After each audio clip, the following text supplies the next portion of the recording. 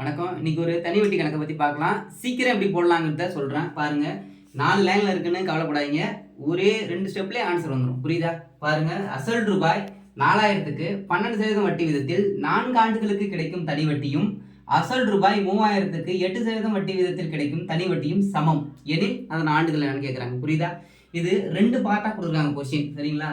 இது கமா வரைக்கும் ஒரு கொஸ்டின், அதுக்கப்புறம் ஒரு கொஸ்டின். இதுல கடைசியா பாருங்களா, 2 தனி வட்டியும் சமம்னு சொல்லிட்டாங்க. இதுல கிடைக்கிற தனி வட்டியும் இதுல கிடைக்கிற தனி வட்டியும் சமம்னு சொல்லிட்டாங்க இல்லையா?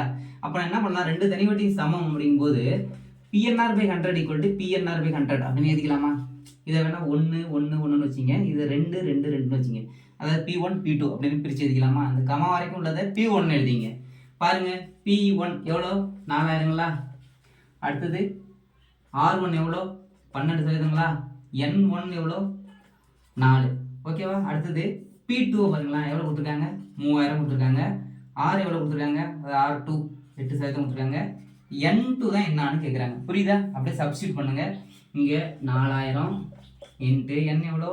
4, R எவ்வளோ? 12/100 ஈக்குவல் டு P2 எவ்வளோ?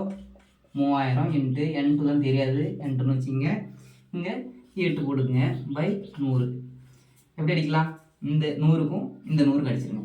அடுத்தது இந்த 3 0க்கும் இந்த 3 0க்கும் அடிச்சிருங்க. புரியுதா? அடுத்தது இது 2 அப்படியே வச்சுங்க. இது 2 பேருக்கு என்ன வரும்? என்னங்க 16 இன்ட்டு 12ன்னு வச்சுங்க. இங்கே இது 2 பேருக்குங்க எவ்வளோ வரும்? 24 இன்ட்டு N2ன்னு வந்துருமா? அடுத்த ஸ்டெப்பில் நமக்கு என்ன வேணும்? N2 தான் வேணும் இல்லையா? பெருக்கல்ல இருக்கிற 24 ஈக்குவல் டு தான் போகும்போது என்ன ஆகும்? வகுத்தெல்லாம் மாறிடுமா? அப்போ 16 இன்ட்டு 12/24. ஓகேவா? இது எப்படி அடிக்கலாம்? ஒரு 12 12, 2 12 22 24ங்களா?